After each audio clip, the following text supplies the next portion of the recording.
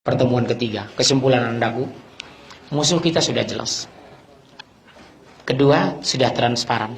Ketiga, mereka sudah berani terang-terangan. Ketika Islam jadi korban, disembunyikan. Ketika Islam jadi pelaku, diangkat media setiap hari. Lihat kasus Binjai Selatan. 23 orang dipaksa murtad, 5 orang dibunuh, dan dibalsem kalau tidak mau menghafal Al-Quran. Sudah sampai kan? Sudah langsung telepon ke sana, aktivis Islam kita. Saya tanya, benar Pak, nama pendetanya Sempurna Tarigan, usia 42 tahun. Nyaris tidak diangkat di media. Bandingkan ketika Dewan Dakwah Indonesia menyetop acara kebaktian di salah satu gedung di ITB. Ridwan Kamil teriak, Presiden rapat mendadak.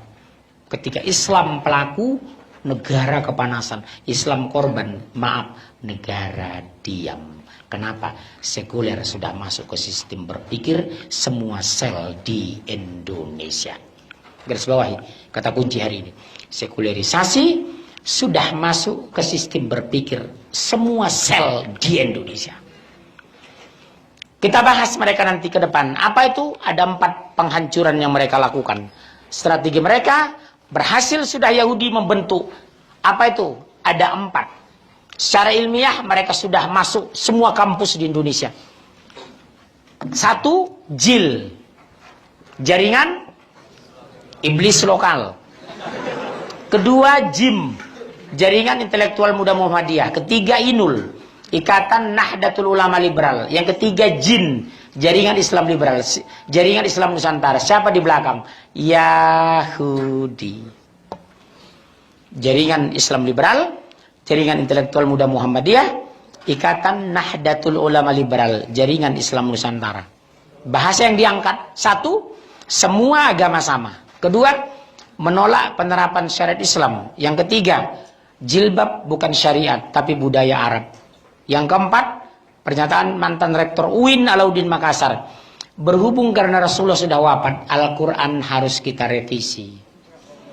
Dr.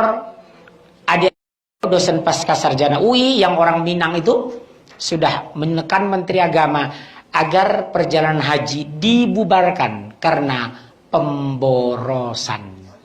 5 tahun ke depan mereka akan mengusulkan barangkali ketika musim kemarau umat Islam tidak boleh sholat karena pemborosan air bersih.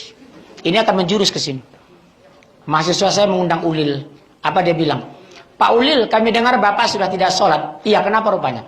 Betul Bapak tidak sholat? Iya, saya tidak sholat. Kenapa Bapak tidak sholat? Saya tidak minta dilahirkan untuk sholat. Itulah Indonesia hari ini. 15 tahun berhasil mereka. Panen besar tahun ini, panen raya JIL. Selama 5 tahun. Apa itu? Udah muncul bahasa anak muda sekarang. Semua agama sama. Di kampus sudah muncul pernyataan orang. Ngapain lu sholat?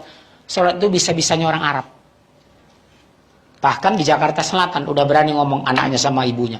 Bu, saya kan umur 15 tahun. Iya, kenapa nak? 17 tahun boleh dong saya memilih agama. Nggak mesti Islam sama dengan mama. Kalau mama paksa saya tetap Islam nanti setelah 17 tahun. Mama itu rasis.